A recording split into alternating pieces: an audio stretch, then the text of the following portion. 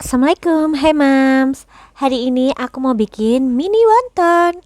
Hidangan resto ini bisa kita bikin sendiri di rumah loh. Yuk kita bikin. Pertama kita blender halus semua bahan yang udah aku tulis di video ya. Jadi aku ini nggak pakai garam ya mams karena takut keasinan. Tapi opsional aja kalau mau yang pakai garam dikit juga nggak apa-apa.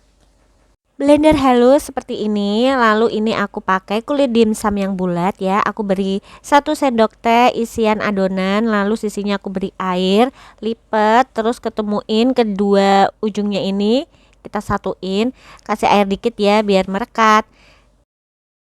Nah udah deh, jadi tinggal bikin lagi ya sampai adonan habis. Nah ini karena aku nggak sabar jadi isiannya agak banyak. Aslinya kan kasih isinya itu dikit aja ya mams, biar hasilnya dapat banyak. Setelah itu tinggal goreng hingga golden brown dan masak dengan api sedang saja biar nggak cepet gosong. Ini udah mateng, kita tiriskan dulu.